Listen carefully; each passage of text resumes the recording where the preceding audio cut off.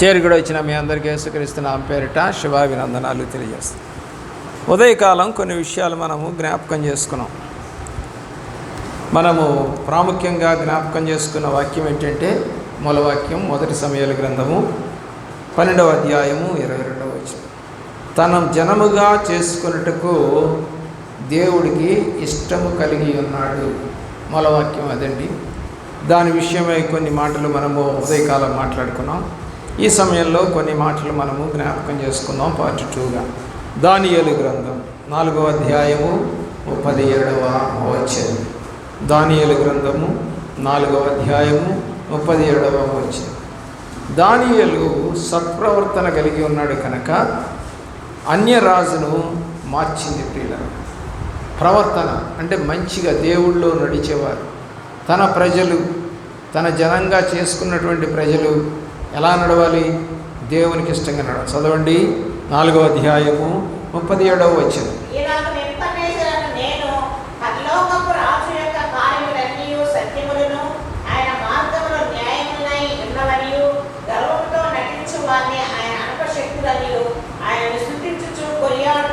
ఒక అన్యరాజు దేవుని బిడ్డ అయినటువంటి దానియేలు యొక్క ప్రవర్తన విషయంలో, నడక విషయంలో, దేవుని ప్రేమిస్తున్న ప్రియబిడ్డలారా, ఒక రాజునే మార్చేసింది.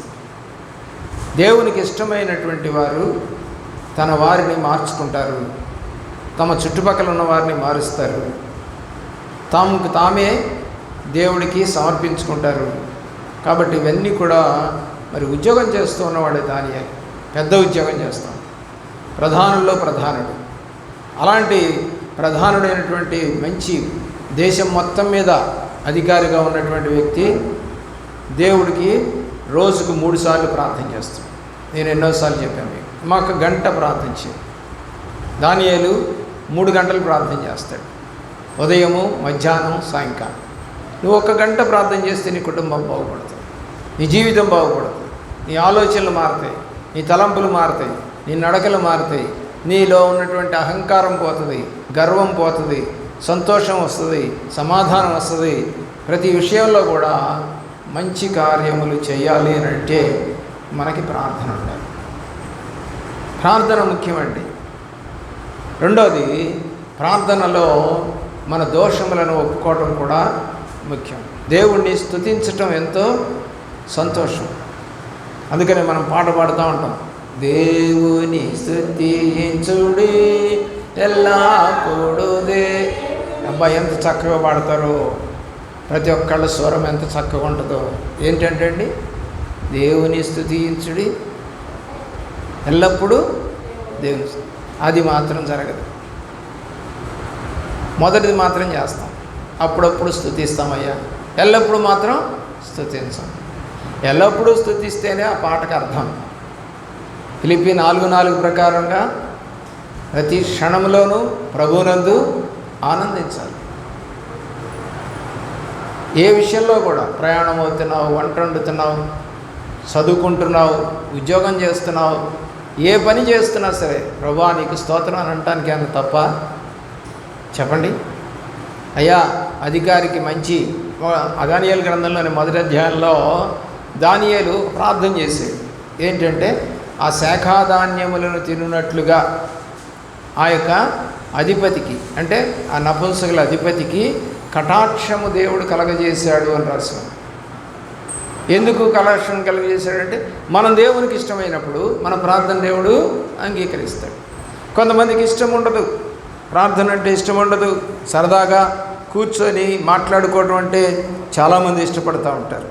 దేవుని యొక్క ప్రేమలో ఆలోచన చేయవలసిందిగా కోరుతాను. 3వ అధ్యాయం దానియేలు గ్రంథములోనే 3వ అధ్యాయం 28, 29 వచనాల్లో షద్రకు, మేషకు, అబేద్నెగోలు మాట్లాడుతూ ఉన్నారు.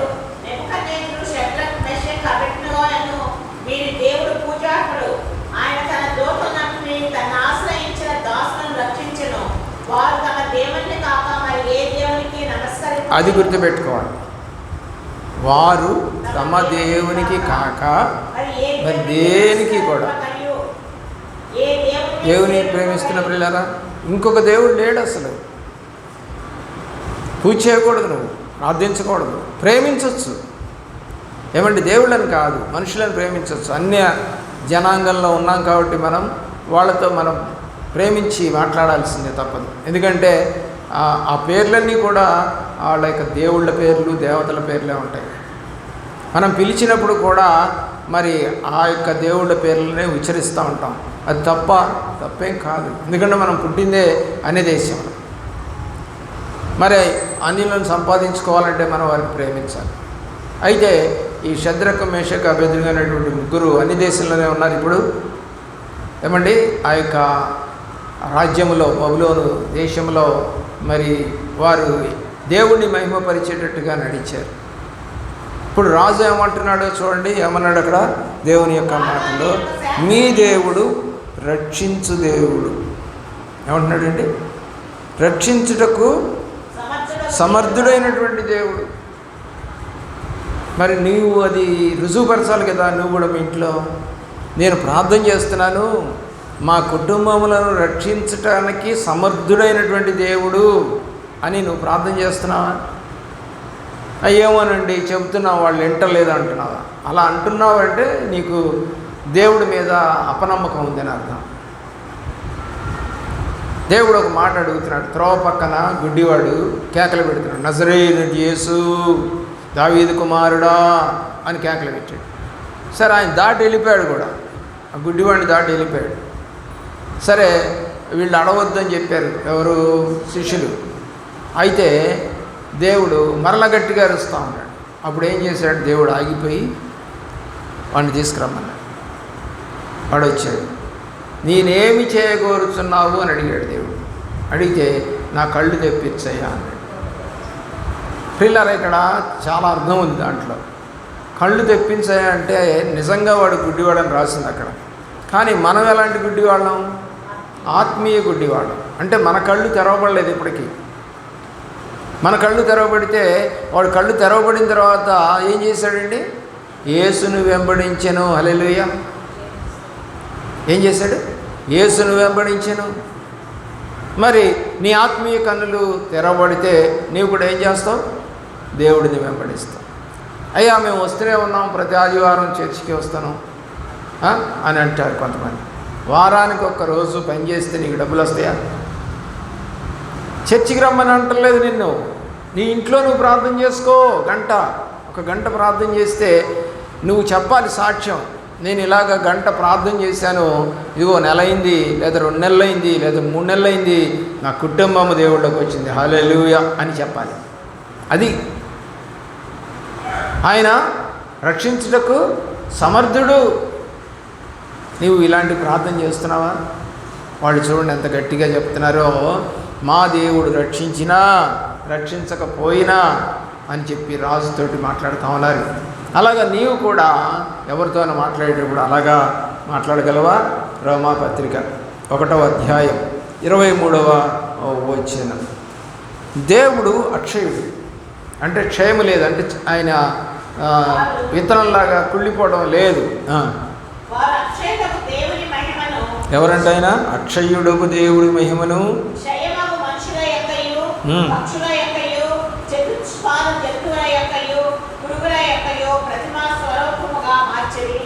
ఎక్కడ ఎత్తుకుతున్నారు వీళ్ళు? దేవుడు ఎక్కడుంటాడని రాసింది బైబిల్లో. ఆకాశమందు దేవుడు ఉన్నాడు. ఎక్కడున్నాడు? ఆకాశమందు దేవుడు ఉన్నాడు. ఆకాశం ఆయన సింహాసనం, భూమి ఆయన పాదపీఠం అని రాసుకున్నాడు. కాబట్టి మనం ఎక్కడ ఎతకాలి?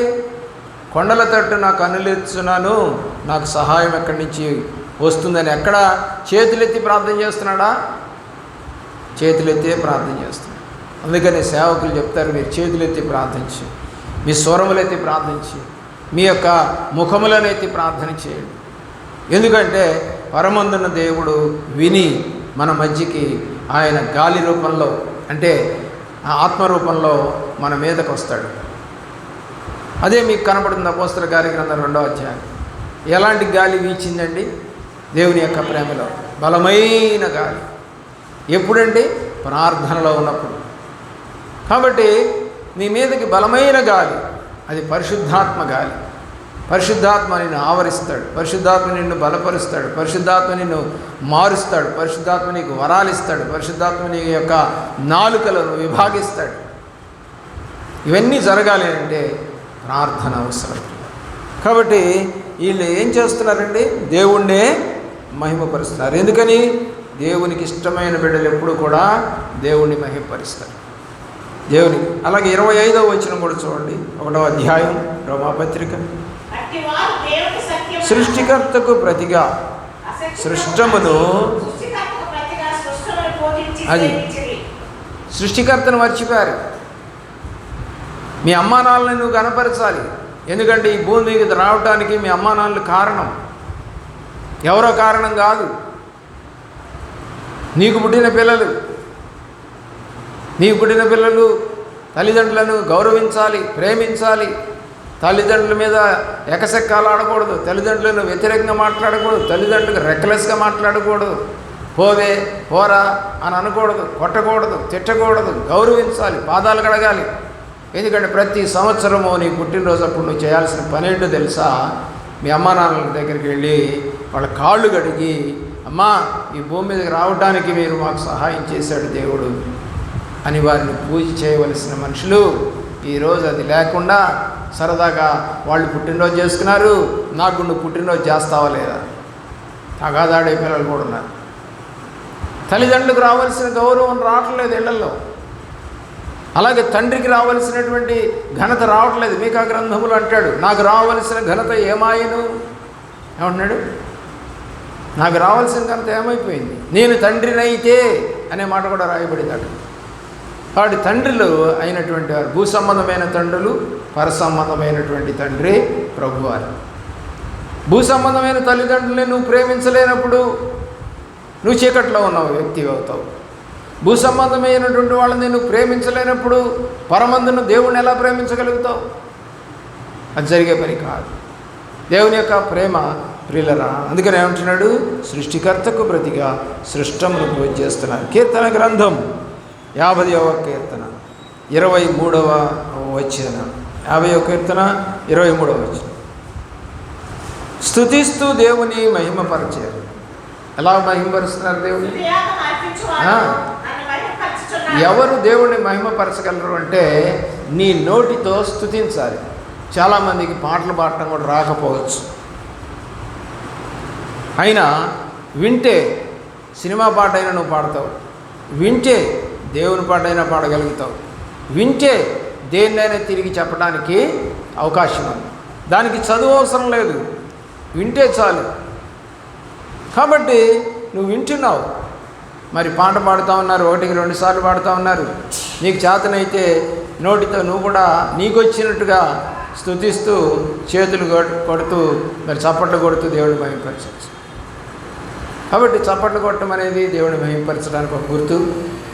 అలాగే స్వరములు ఎత్తడం దేవుడిని మహిమపరచడానికి ఒక గుర్తు. అలాగే మన దోషములు ఒప్పుకోవటం, మోకరించి ప్రార్థన చేయటం, ఇవన్నీ కూడా దేవుడికి లోబడిన వారికి గుర్తులుగా ఉంటాయి. స్కూల్లో పిల్లలు ఉన్నారు, మాస్టర్ చెప్పినట్టు చేస్తారు, లోబడతారు. లోబడితే కనుక మంచి పిల్లలు అని అనిపించుకుంటారు, మంచి మార్కులు వస్తాయి, మంచి పనులు చేస్తారు. చెడ్డ పనులు చేయరు. ఒకటి చెట్టు కింద కూర్చొని చదవండి రా అని చెప్పాం ఒక 10 మంది పిల్లల్ని. ఎందుకంటే వాళ్ళకి రాలా పాఠం. వాళ్ళు తప్పు ఉన్నటువంటి 40 మందిలో ఒక 10 మంది పిల్లలకి పాఠం రాలి. సరే మీరు పోయి బయట చదివి వంగి చదివి మీరు రండి అంటే వాళ్ళు ఏం చేస్తున్నారు తెలుసా? అందులో ఉన్న ఒక 2 పిల్లలు చెట్లు ఎక్కుతున్నారండి. వాడికి చెప్పింది ఏంటి? చదవమని. కానీ వాడు ఏం చేస్తున్నాడు? చెట్లు ఎక్కుతున్నాడు. మిగతా పిల్లలు అంటున్నారు, అరే మాస్టర్ గారు చూస్తే కొడతారా అని అంటూనే ఉన్నారు. ఏం కాదులేరా, మాస్టర్ గారు పాఠం చెబుతున్నాడులే. దేవుని ప్రేమిస్తున్న ప్రియ బిడ్డలారా, మరి ఒకళ్ళకొకళ్ళు ఎక్కలేని వాళ్ళని కూడా చెట్టు ఎక్కి ఇచ్చారు. చదవట్లాళ్ళు మంచి బుద్ధా? అరే నాకు పాఠం రాలేదు, నేను నేర్చుకొని నా మిగతా 30 మందితో కలిసి మరి నేను కూడా పాఠం వింటే బాగుంటుంది అని అనుకుంటున్నారా? లేదు. ఒక చెడ్డతనము, చెడ్డ బుద్ధి ఈరోజు పిల్లలలో పుట్టుకొస్తూ ఉంది పిల్లలు. కానీ అది మంచి పద్ధతి కాదు. దేవుణ్ణి స్తుతిస్తూ దేవుణ్ణి మహిమపరిచేటువంటి మనసు నీకు కలుగును గాక. యెషయా గ్రంథం 43వ అధ్యాయం 21వ వచనం. యెషయా గ్రంథం 43వ అధ్యాయం 21వ వచనం. నా జనులు స్తోత్రించి ప్రచురపరుస్తారు అంటున్నాడు.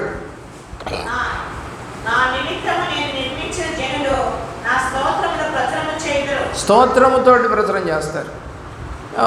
హెబ్రోన్ సంఘం వాళ్ళు వ్యాన్ వేసుకొని ఒక గ్రామంలో తిరుగుతూ ఉన్నారు. కొంతమంది ఏం చేస్తూ ఉన్నారంటే పాటలు పాడుతూ ఉన్నారు. కొంతమంది ఏం చేస్తూ ఉన్నారంటే కంజర్లు డ్రమ్ములు కొడుతూ ఉన్నారు. కొంతమంది ఏం చేస్తున్నారంటే వారి దగ్గర ఉన్న కరపత్రములు ఇంటింటికి ఇస్తూ దేవుణ్ణి మహిమపరుస్తున్నారు. ఏం చేస్తూ ఉన్నారంటే తన ప్రజలు స్తుతిస్తూ దేవుణ్ణి మహిమపరుస్తున్నారు, స్తోత్రిస్తూ దేవుణ్ణి ప్రచురం చేస్తున్నారు. మరి మనం ఏం చేస్తూ ఉన్నాం? పక్కన వాళ్ళకి ఎవరికైనా సువార్త చెప్పామా? మీ ఇంటికి వచ్చిన వాళ్ళతోటి కాసేపు ప్రార్థన చేసావా? దేవుడిని గణపరిచేటువంటి అవకాశాలు నీకు దేవుడు ఇచ్చినా కూడా నువ్వు చేయట్లేదా? ఆలోచన చేయి. ఎవరు దేవునికి ఇష్టలు అవుతారు? ఆయన అందరినీ ఇష్టలుగా మార్చుకోవాలని ప్రయత్నం చేస్తూ ఉన్నాడు. కానీ కొందరు రావటం లేదు. కీర్తన గ్రంథము 16వ కీర్తన 3వ చరణం 16:3. భక్తులు ఆయనకి శ్రేష్ఠులండి. భక్తులు అంటే దినదినము ఆయన్ని గణపరిచేవారు. పూజారి అంటాం. పూజారి ఏం చేస్తాడండి? పూజారి చెప్పండి ఏం చేస్తాడు? రోజు గుడికి వెళ్ళి పూజ చేస్తాడు. అందుకని అతను పూజారి అన్నారు. మరి నీవు విశ్వాసివి, మరి దినదినము ప్రార్థన చేసే విశ్వాసివేనా? దానియేలు గ్రంథంలో దానియేలు చర్చి లేదు వాళ్ళకి, కానీ ఇంట్లోనే యెరూషలేము తట్టు కిటికీ తెరిచి ప్రార్థన చేస్తూ ఉన్నాడు. గమనించండి, ఎక్కడికి వెళ్ళినా ప్రార్థన ఏమన్నా ఆగిందా? యోసేపు ప్రార్థన ఏమన్నా ఆగిందా? యోసేపు జైల్లో ఉన్నా కూడా ప్రార్థన చేస్తూ ఉన్నాడు. ప్రియులారా, ఆ మాట మీరు చదివినప్పుడు ఆదికాండంలో దేవుడు అతనికి తోడై ఉండేను. బానిసగా ఉన్నప్పుడు తోడై ఉన్నాడు, జైల్లో ఉన్నప్పుడు తోడై ఉన్నాడు. ప్రియులారా, ఆయన ఎక్కడికి వెళ్ళినా తోడుగానే ఉంటాడు. అందుకనే మనం పాట కూడా పాడతాం కదా, నా తోడుగా ఉన్నవాడవే. దేవుని ప్రేమిస్తున్న ప్రియులారా, నా తోడుగా ఉన్నావే అని పాట అయితే పాడుతున్నాం, కానీ నిజంగా నా జనులు స్తోత్రిస్తున్నారని దేవుడు సంతోషపడేటట్టుగా ఉన్నాం. 18వ సంకీర్తన 19వ చరణం 18.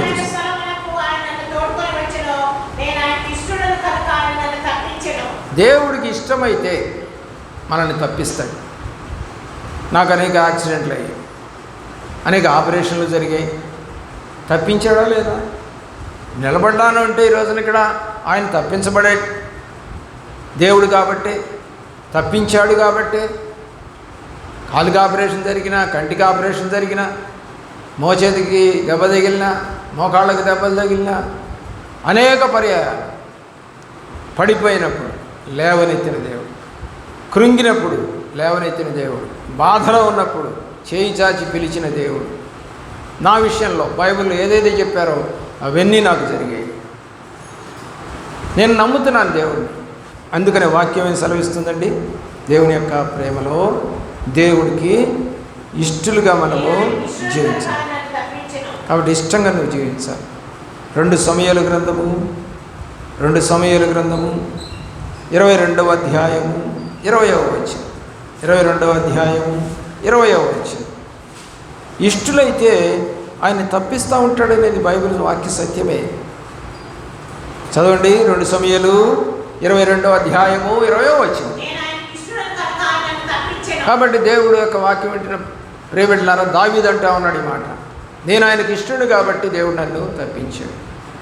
ఇందాక మనం చదువుకున్న 18-19లో కూడా ఆయనకి ఇష్టలైన వారిని దేవుడు తప్పిస్తాడు. సామెతల గ్రంథం 3వ అధ్యాయం 12వ వచనం. 3వ అధ్యాయం 12వ వచనం. ఇష్టలైన వారిని ఏం చేస్తాడో దేవుడు రాశాడు ఇక్కడ.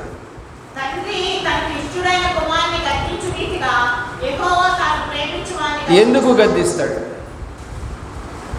చెప్పండి? ఒక పిల్లవాడు ఎదురుగా ఉన్నటువంటి స్థలంలో చెత్త బొత్త అంతా వేసి ఉంది. వీడు బాల్ అక్కడికి పోయింది, ఆడుతూ ఉన్నప్పుడు బాల్ పడిపోయింది. ఆ పిల్లవాడు వెతుకుతున్నాడు, ఏమంటే బాలు లోపలికి దూరదుగా, కనపడుద్ది కదా బాలు. ఈడేం చేస్తా ఉన్నాడు, ఆ చెత్తను లేపుతా ఉన్నాడు కర్రలు పెట్టి. అరే దాంట్లోకి ఎందుకు పోద్దిరా బాల్ అంటున్నారు పక్కన ఉన్న చూసిన వాళ్ళు.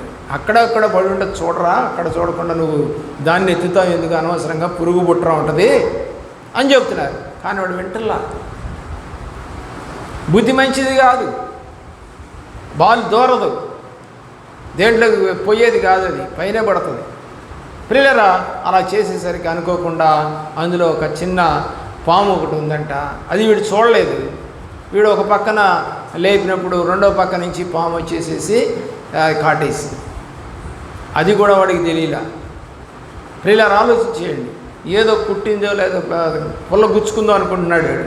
అంతే, ఒక 5 నిమిషాలు ఉండేసరికి ఆ పిల్లోడు పడిపోయాడు అక్కడే. ఏమైందిరా అంటే పాము కరిచింది. రెండో పిల్లోడు గట్టు మీద ఉన్నాడు, చూశాడు, అరే పాము పోతా ఉన్నాడు, పాము కరిచింది.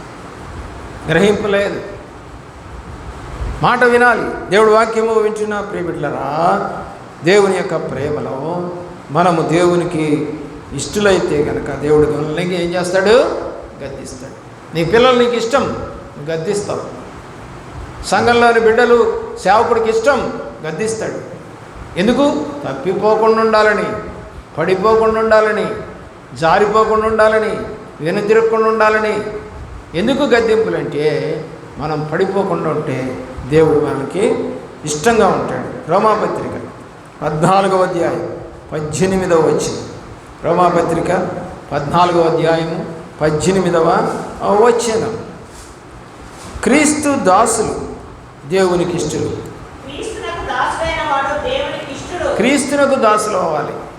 ఈరోజు అనేక మంది ఆఫీసర్లకు దాసులు, కుటుంబంలో భర్తకి భార్య, భార్యకి భర్త, పిల్లలకి తల్లిదండ్రులకు పిల్లలు దాసులు. పొలం పని చేస్తున్నాం, ఒక యజమానుడికి దాసులం. ఇలా ఆలోచించేయండి. కానీ బైబిల్ సెలవిస్తూ ఉంది, క్రీస్తుకు దాసులు అయిన వారంటే దేవునికి ఇష్టం. దేవునికి ఇష్టం.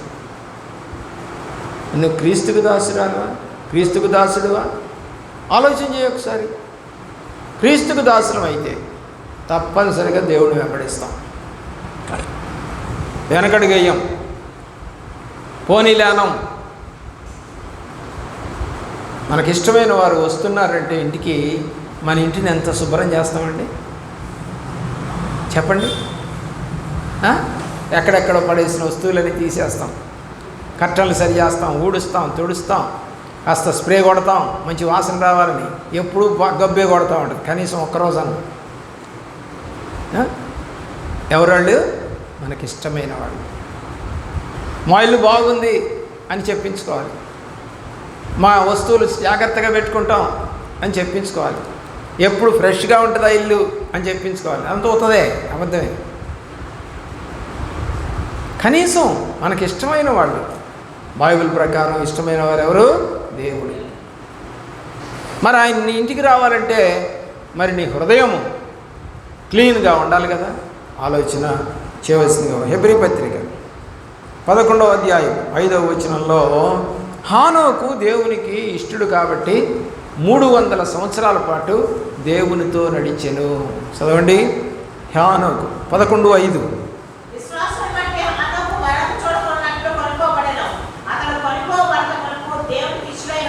అది గుర్తుపెట్టుకోండి. 300 సంవత్సరాల పాటు దేవునికి ఇష్టంగా నడిచాడు. 60 సంవత్సరాలు మాత్రమే తన కుటుంబంతో గడిపాడు. తన కుటుంబంతో ఉండి పిల్లల్ని కన్నాడు అతను.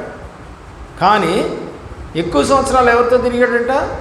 దేవునితో తిరిగాడు. కాబట్టి అతను ఇష్టుడై ఉండేను. మరి మనం ఎవరితో తిరుగుతున్నాం? ఏమంటే మరి పనులు వదిలిపెట్టుకోవాలా? మేము పనులు వదిలిపెట్టుకోమంటలా. ఇందాక చెప్పాను, దానియేలు ఉద్యోగస్తుడే కానీ ముమ్మారు ప్రార్థన. నీకేం ఉద్యోగం ఉందక్క? ప్రార్థన చేసుకోవడానికి టైమే లేదా?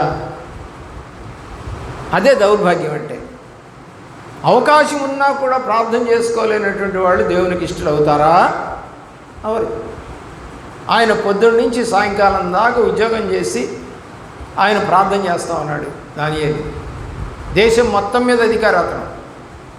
అనేక సమస్యలు ఉంటాయి ఆయనకి, అనేక తీర్మానాలు, అనేకమైనటువంటి మరి జీవోలు పాస్ చేయాలి అయినా కూడా ప్రార్థన చేస్తూ ఉన్నాడు.